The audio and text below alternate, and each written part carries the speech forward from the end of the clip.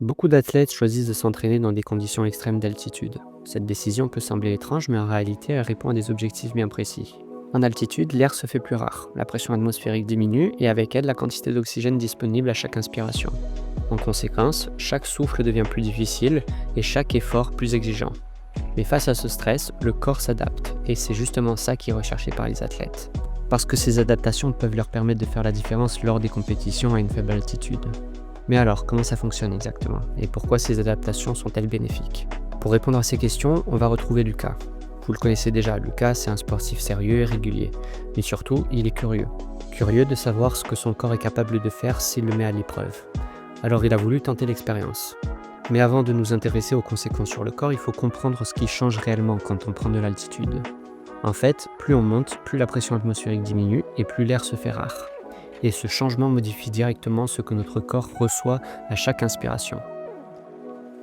L'air que l'on respire, c'est un mélange de gaz composé d'environ 78% d'azote, 21% d'oxygène et une petite quantité d'autres gaz, comme l'argon, le dioxyde de carbone ou encore des traces d'hélium et de néon.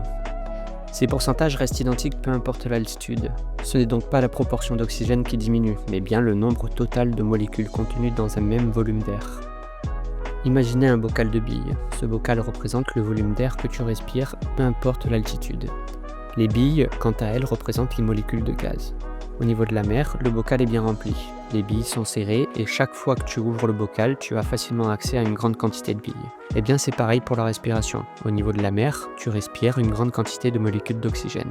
En revanche, quand on prend de l'altitude, les choses changent. Le bocal reste de la même dimension, mais les billes sont moins nombreuses et plus espacées à l'intérieur. Par contre, leur proportion reste la même, donc 78% d'azote, 21% d'oxygène et 1% d'autres gaz. Du coup, quand tu ouvres la boîte, tu récupères moins de billes. Eh bien, c'est exactement ce qui se passe quand tu respires en altitude. Tu respires le même volume d'air, mais avec moins de molécules d'oxygène disponibles. Donc pour résumer, plus on prend de l'altitude, plus la pression baisse, les molécules s'espacent, et au final, on continue donc de remplir ses poumons avec un volume d'air moins chargé en oxygène. Mais le problème, c'est que cette baisse provoque toute une série d'effets sur le corps. Bon, en dessous de 500 mètres, les effets sont inexistants. L'organisme fonctionne normalement sans avoir besoin de s'ajuster. C'est une zone de confort pour le corps parce que l'oxygène y est abondant et les capacités physiques ne sont donc pas impactées. En revanche, à partir de 1500 à 2000 mètres, les choses changent. La pression atmosphérique diminue et l'air se fait nettement plus rare. Ce changement modifie donc profondément ce que le corps reçoit à chaque inspiration. Et les performances commencent donc à être affectées, même chez les athlètes les plus entraînés. Donc en altitude, le corps doit produire un même effort avec moins d'oxygène à disposition pour alimenter ses muscles. Ce phénomène, c'est ce qu'on appelle donc le stress hypoxique. C'est un manque relatif d'oxygène qui oblige l'organisme à réagir, et plus on monte, et plus ce stress devient important. Entre 2000 et 3000 mètres d'altitude, les adaptations physiologiques sont nettement plus visibles.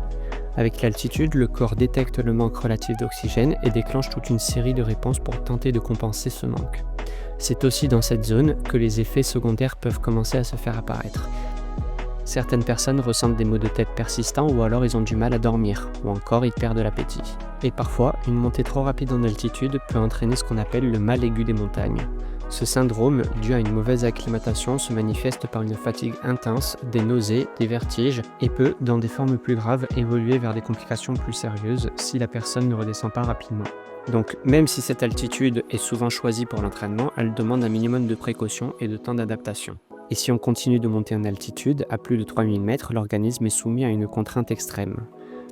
Et même si certains athlètes s'y entraînent, c'est souvent pour de courtes durées, car les effets délétères peuvent prendre le dessus sur les bénéfices. C'est pourquoi les séjours prolongés à plus de 3000 mètres sont rares et réservés à des cas bien spécifiques, comme certains alpinistes. Bon, Lucas, lui, s'est installé à 2000 mètres. C'est un bon compromis, parce que c'est suffisamment haut pour provoquer des adaptations tout en limitant les effets négatifs.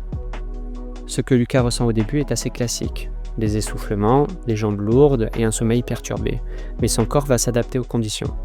En fait, la baisse de pression partielle en oxygène due à l'altitude stimule le centre de contrôle respiratoire situé dans le tronc cérébral. En réponse, la respiration s'accélère et devient plus profonde. On observe alors une augmentation de la fréquence respiratoire, mais aussi du volume courant, c'est-à-dire la quantité d'air inspiré à chaque cycle. Cette hyperventilation, qui peut s'amplifier jusqu'à 40% même au repos, permet donc de compenser la raréfaction de l'oxygène en optimisant chaque inspiration. C'est un processus coûteux en énergie, mais indispensable pour maintenir un apport minimal en oxygène. Et avec le temps, les muscles respiratoires comme le diaphragme deviennent plus efficaces et cette adaptation de la respiration devient un peu moins exigeante. Ensuite, d'un point de vue cardiovasculaire, l'un des premiers mécanismes d'adaptation à l'altitude, c'est l'augmentation de la fréquence cardiaque, aussi bien au repos que pendant l'effort. En fait, le cœur bat plus vite pour tenter de compenser la faible quantité d'oxygène disponible à chaque inspiration, et cette accélération du rythme cardiaque permet donc d'augmenter le débit sanguin, c'est-à-dire le volume de sang éjecté par le cœur à chaque minute. Ça permet donc de transporter une quantité d'oxygène plus importante vers les muscles et les organes. Cette adaptation est liée à une stimulation du système nerveux sympathique. Ce système est activé lorsque le corps perçoit un stress, comme celui provoqué par le manque d'oxygène. Une fois stimulé, ça provoque la libération de catécholamines, comme l'adrénaline et la noradrénaline. L'adrénaline, elle va agir sur les récepteurs cardiaques pour stimuler le cœur, tandis que la noradrénaline provoque une vasoconstriction périphérique, c'est-à-dire un rétrécissement des vaisseaux sanguins dans certaines zones du corps.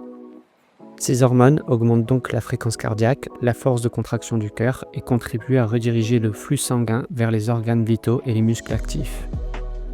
Parallèlement à ces ajustements hormonaux, il y a d'autres modifications circulatoires qui apparaissent. En altitude, l'air est plus sec, donc si en plus on y ajoute l'hyperventilation, ça entraîne une perte accrue d'eau par les voies respiratoires. En plus de ça, le manque d'oxygène a un impact sur les reins, ce qui entraîne une augmentation de la diurèse, c'est-à-dire l'élimination de l'eau par les urines. Ces deux phénomènes associés ont alors pour conséquence une diminution du volume plasmatique présent dans le sang. En revanche, avec une exposition à l'altitude prolongée, le corps va chercher des stratégies plus économes pour s'adapter. D'autres mécanismes apparaissent et prennent alors progressivement le relais, comme l'augmentation du nombre de globules rouges. En fait, on remarque qu'avec le temps, la production de l'hormone EPO, c'est-à-dire l'érythropoïétine, s'intensifie. Cette hormone, elle est responsable de la fabrication des globules rouges. Et vous le savez, les globules rouges sont responsables du transport de l'oxygène dans le sang. Donc plus il y a de globules rouges, et plus la capacité à acheminer de l'oxygène vers les muscles est importante.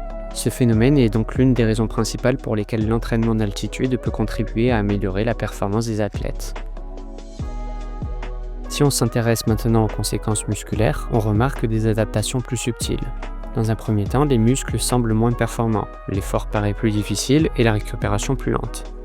Mais progressivement, on observe une augmentation de la densité capillaire autour des tissus musculaires. Ce sont les petits vaisseaux sanguins qui irriguent les fibres musculaires.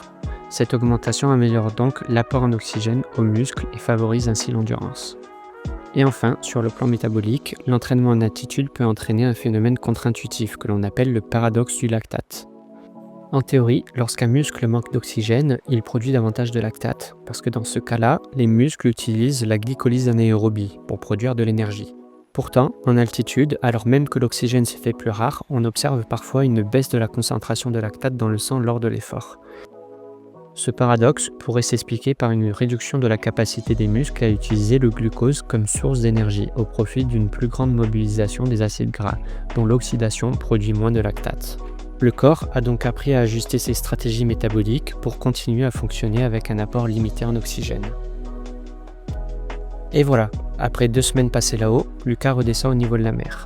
2 semaines, c'était le délai minimum pour que le corps de Lucas ait le temps de mettre en place des adaptations à l'hypoxie. Et c'est donc en redescendant au niveau de la mer que les bénéfices commencent à se faire sentir. Lucas se sent plus léger lors de l'effort, il récupère plus vite et sa capacité à maintenir une intensité élevée s'est améliorée. Ce n'est pas une transformation magique, mais c'est un vrai coup de pouce. Et pour les athlètes de haut niveau, ça peut permettre de faire la différence dans des compétitions où chaque seconde compte.